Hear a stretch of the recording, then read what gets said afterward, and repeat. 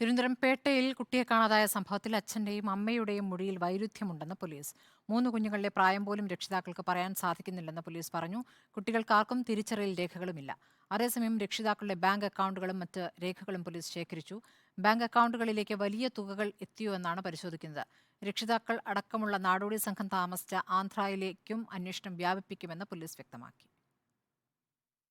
2 വയസ്സുള്ള കുട്ടിയെ കണ്ടെത്തി 4-ാം ദിവസം പിന്നിടുമ്പോഴും സംഭവത്തിലെ ദുരൂഹത നീക്കാൻ പോലീസിന് ഇതുവരെ സാധിച്ചിട്ടില്ല. അതിനിടയിലാണ് കുട്ടിയുടെ രക്ഷിതാക്കളുടെയും ബന്ധുക്കളുടെയും മൊഴിയെടുക്കാൻ പോലീസ് തീരുമാനിച്ചത്. ഇവരുടെ മൊഴിയിൽ വൈരുദ്ധ്യമുണ്ടെന്നാണ് പോലീസ് പറയുന്നത്. 3 കുഞ്ഞുങ്ങളുടെയും പ്രായം പോലും രക്ഷിതാക്കൾക്ക് പറയാൻ സാധിക്കുന്നില്ലെന്നും പോലീസ് പറയുന്നു. കുട്ടികളുടെ തിരിച്ചറിയൽ രേഖകളും ഇവരുടെ പക്കലില്ല. അതിനാൽ രക്ഷിതാക്കൾ ഉൾപ്പെടെയുള്ള നാടോടി സംഘം താമസിച്ച ആന്ധ്രയിലും അന്വേഷണം നടത്തുമെന്ന് പോലീസ് വ്യക്തമാക്കി. കുഞ്ഞിന്റെ മാതാപിതാക്കളുടെ ബാങ്ക് അക്കൗണ്ടുകളും മറ്റു രേഖകളും പോലീസ് ശേഖരിച്ചിട്ടുണ്ട്. ഇവരുടെ അക്കൗണ്ടുകളിലേക്ക് വലിയ തുകകൾ എത്തിയോ എന്ന് പോലീസ് പരിശോധിക്കും. കുഞ്ഞിന്റെ DNA ഫലവും രക്തപരിശോധനാ ഫലവും പ്രതീക്ഷിച്ചിരിക്കുകയാണ് പോലീസ്. രക്തത്തിൽ മദ്യത്തിന്റെയോ മയക്കുന്ന മറ്റെന്തിന്റെയെങ്കിലും അംശമുണ്ടോ എന്നതാണ് പോലീസ് പരിശോധിക്കുന്നത്. ഫലം ലഭിച്ച അന്വേഷണം പൂർത്തിയാകും വരെ കുട്ടിയുമായി കുടുംബത്തെ തിരികെ പോകാൻ അനുവദിക്കില്ലെന്ന നിലപാടിലാണ് പോലീസ് ഉള്ളത്.